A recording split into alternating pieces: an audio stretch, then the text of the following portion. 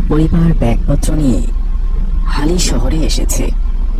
তার বাবার সরকারি চাকরির জন্য 6 মাসের জন্য তারা এখানে শিফট হয়েছে।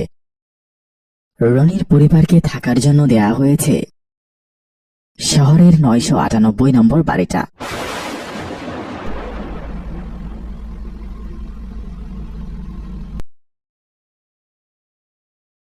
সেখানে পৌঁছতে পৌঁছতে তাদের বেশ রাত হয়ে যায়। আশেপাশে ঘুটঘুটে অন্ধকার, রাস্তার ল্যাম্পপোস্টগুলো জ্বলছে আর নিভছে। গাড়ি থেকে নেমে রহিম আশেপাশে দেখতে লাগলো। তারা যখন বাড়িটার সামনে এসে দাঁড়ায়, তাদের দেখা মাত্র কালো একটি কুকুর ঘেউ ঘেউ করতে শুরু করে দিল। রনি ভয়ে তার মায়ের পেছনে গিয়ে দাঁড়ালো। বাবা, তোমাকে এইরকম একটা জায়গায় কেন শিফট করা হলো?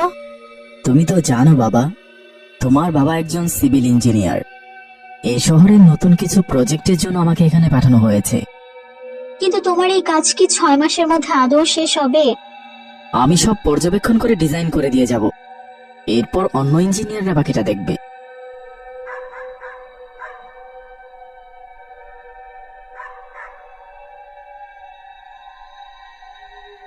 ভয় পেয়েছো? বোকা ছেলে।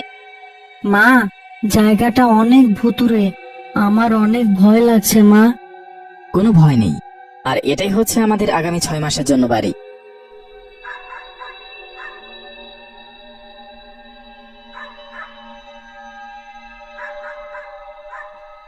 মা, কুকুরটা আমার দিকে তাকিয়ে এইভাবে ঘেউ ঘেউ করছে কেন?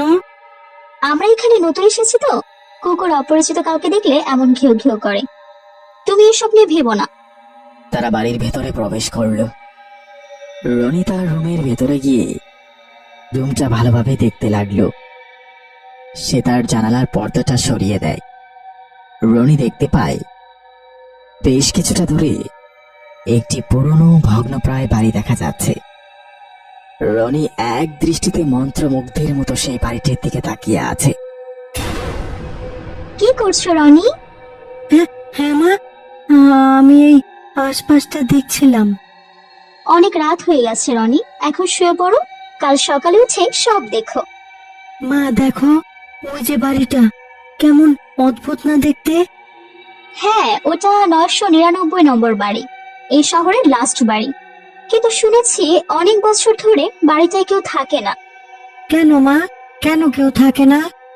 সেটা তো জানি না। তোমার বাবা বলল সেই বাড়িটায় একটা বুড়ো মহিলা থাকতো। উনি মারা যাওয়ার পর সেই বাসাতে আর কেউ থাকে না। ও, কিন্তু রনি, যাও ঘুমিয়ে পড়ো, কাল তুমি তোমার বাবার সাথে এখানে নতুন স্কুলে ভর্তি হবে। আচ্ছা ঠিক আছে মা। রনি বিছানায় শুয়ে পড়ে।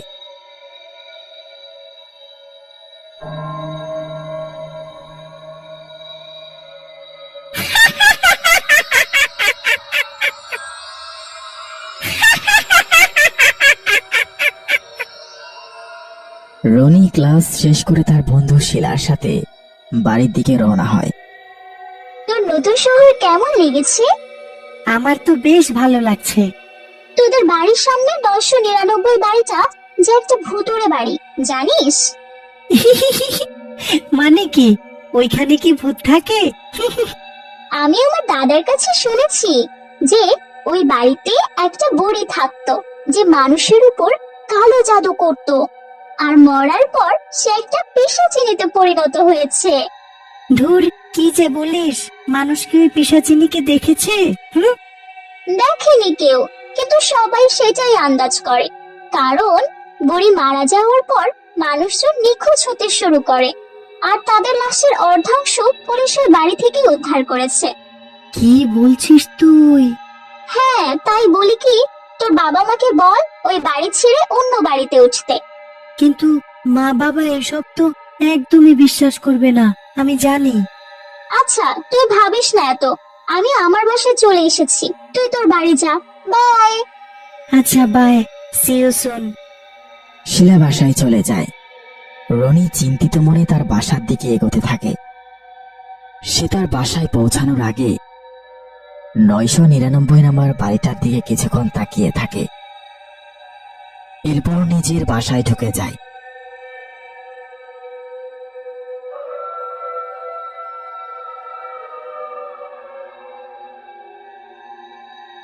হঠাৎ শিয়ালের ডাকে রনির ঘুম ভেঙে যায়। রনি চোখ মেলে তাকিয়ে দেখে তার জানালাটা খোলা। খুব জোরে জোরে বাতাস বইতে শুরু করেছে। ঝড় আসবে নাকি? এত ঝোড়ো বাতাস উঠেছে যে। রনি বিছানা থেকে উঠে জানালাটা বন্ধ করতে যায়। রনি পাশের বাসার ছাদের দিকে তাকাতেই তার চোখগুলো বড় বড় হয়ে যায়। সে দেখতে পায় ছাদের উপর কেউ দাঁড়িয়ে আছে, যার চুলগুলো এলোমেলো ভাবে বাতাসে উড়ছে, আর সে জোরে জোরে হেসে চলেছে। এটা কি? ওখানে কে দাঁড়িয়ে আছে? মা, মা, উঠো মা, ও মা। কি হয়েছে রনি?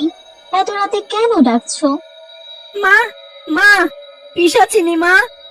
কি বলছো? কোথায় পিশাচিনি? মা, আমার জানালা থেকে সেই পুরনো বাড়ি দেখা যায়। ওই বাড়ির ছাদে পিশাচিনি। মা, আমি জানালা দিয়ে দেখেছি মা। আচ্ছা চলো দেখি, কোথায় কি দেখেছো তুমি? দ্রুত চলো মা। রনির মা রনিকে নিয়ে সেই জানালার কাছে গিয়ে দাঁড়ায়। কোথায় রনি? ছাদে তো কাউকে দেখা যাচ্ছে না। কোথায় পিশাচিনি? মা, বিশ্বাস করো, আমি সত্যি বলছি, আমি দেখেছি মা। তুমি হয়তো ঘুমের ঘোরে ভুল দেখেছো। দেখো, ওই যে কেউ নেই ওখানে। তাহলে কি আমি ভুল দেখলাম? তুমি শুয়ে পড়ো রনি, কাল তোমার ক্লাস আছে বাবা। সকালে উঠতে হবে, আর সময় নষ্ট করো না।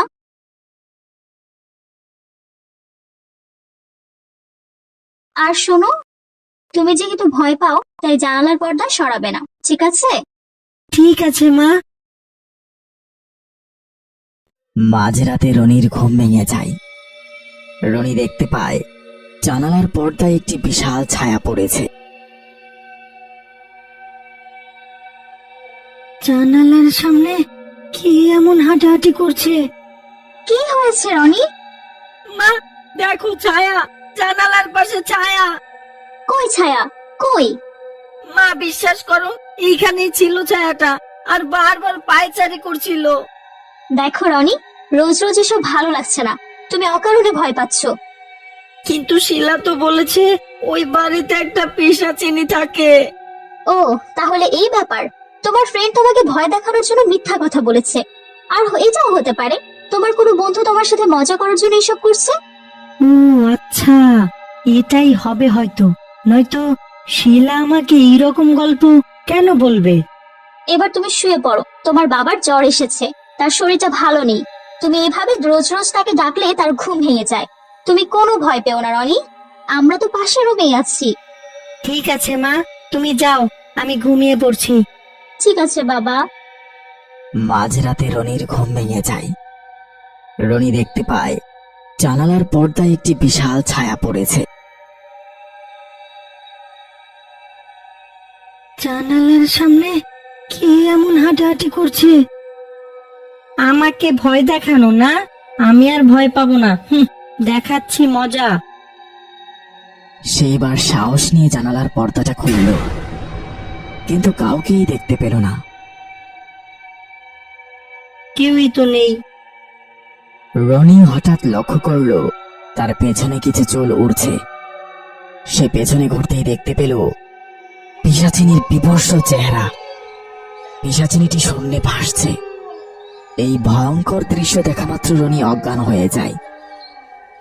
রনির যখন জ্ঞান ফিরে, সে দেখতে পায় একটা অন্ধকার জায়গায় সে পড়ে আছে। আমাকে কে এখানে বন্দি করে রেখেছো? আমাকে বের করো এখান থেকে।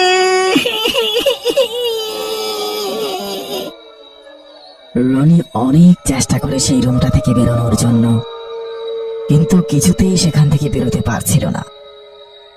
অবশেষে একটি দরজা দেখতে পায়। দরজাটি খুলে বের হতেই রনি দেখতে পেল সে সেই পুরনো বাড়িটার ছাদে দাঁড়িয়ে আছে। এই বাড়িটার ছাদ থেকে রনি দেখতে পায় তার বাড়ির জানালাটা দেখা যাচ্ছে। আর জানালা দিয়ে যা দেখতে পেল তা দেখে রনির মাথা ঘুরতে শুরু করে দিল। তার মতো একজন ছেলে তার মায়ের সাথে কথা বলছে।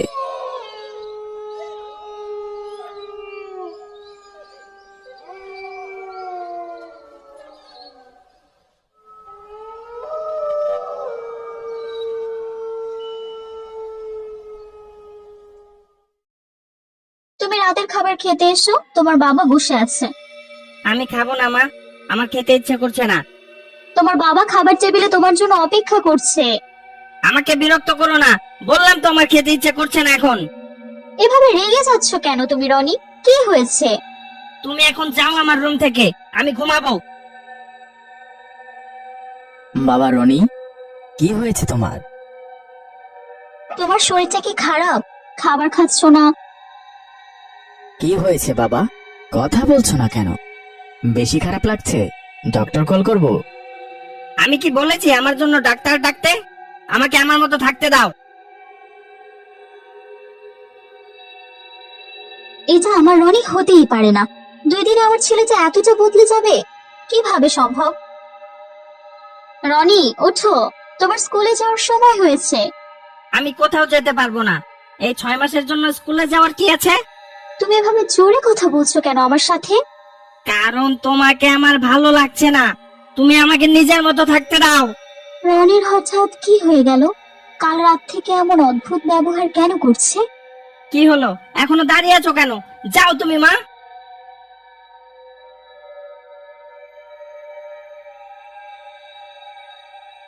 কি যে হলো আমার ছেলেটার? আগের মতো হাসে না, কথা বলে না, সব সময় কেমন যেন বদমেজাজি হয়ে থাকে। যাই, ছেলেটাকে একটু দেখে আসি।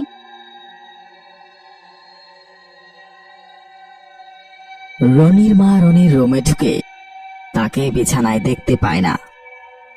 এদিকে সেদিকে ছেলেকে খুঁজে জানালার পাশে এসে দাঁড়ায়। এমন সময় রনির মা লক্ষ্য করল দূরের বিল্ডিংটার ছাদে রনি দাঁড়িয়ে হাত নেড়ে ইশারা দিচ্ছে। হঠাৎ ডাক শুনে রনির মা ঘাবড়ে যায়। সে খেয়াল করল কাচের জানালায় তার প্রতিচ্ছবি দেখা গেলেও রনির পরিবর্তে একটি পিশাচিনীর প্রতিচ্ছবি দেখা যাচ্ছে। কি হয়েছে রনি? মা দেখো, ছায়া, জানালার পাশে ছায়া। কই ছায়া? কই? মা বিশ্বাস করো, এইখানেই ছিল ছায়াটা, আর বারবার পায়চারি করছিল। তার আর বুঝতে বাকি রইল না ওই বাড়ির ছাদে যে আছে সেটাই তার আসল ছেলে। রনির মা নিজেকে কোন রকম সামলে নেয়। আসলে তোমার বাবা অনেক অসুস্থ, তাই ভাবলাম বাইরে একটু ওষুধ আনতে যাই। তোমাকে ডাকতে এসেছিলাম, এসে দেখি ঘুমিয়ে আছো। ও আচ্ছা, তো যাও নিয়ে এসো ওষুধ। আসলে আমি চাচ্ছিলাম যদি তুমি আমার সাথে যেতে, তাহলে আমরা গল্প করতে করতে যেতে পারতাম। ঠিক আছে, চলো। রনির মা বের হওয়ার সময় হাতে একটা মশাল জ্বালিয়ে নেয়। মশাল নিচ্ছ কেন?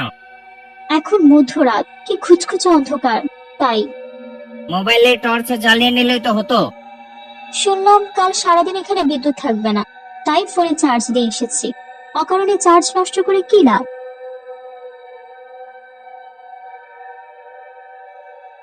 জানো রনি, তোমার বাবা তোমাকে অনেক ভালোবাসে। তোমার বাবা তোমার জন্মদিনে ছোটবেলায় একটা বিড়াল ছানা গিফট করেছিল, যাকে তুমি বিল্লু বলে ডাকতে। মনে আছে তোমার? হ্যাঁ, মনে থাকবে না কেন? আমি তো অনেক খেলতাম বিড়ালটা দিয়ে। আমি জানতাম তুমি এটাই বলবে। তোমার বাবা কখনো তোমার জন্য বিড়াল আনেনি, কারণ তুমি কুকুর বিড়াল ছোট থেকে অনেক ভয় পাও। তুমি আমার ছেলে কখনোই না। ও, তার মানে তুই বুঝে গেছিস? তাহলে তোকে আসল রূপ দেখিয়ে দিতেই হয়। আমি ভেবেছিলাম তোর ছেলেকে আগে খাবো, কিন্তু দেখছি তোকে আগে খেতে হবে রে। সেই সুযোগ থেকে দেব না শয়তান। তুই কি করলি?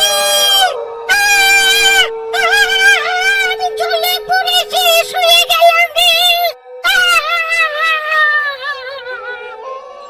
আমাকে মাফ করে দে বাবা, আমি তোর কথা বিশ্বাস করলে কখনো এমনটা হতো না।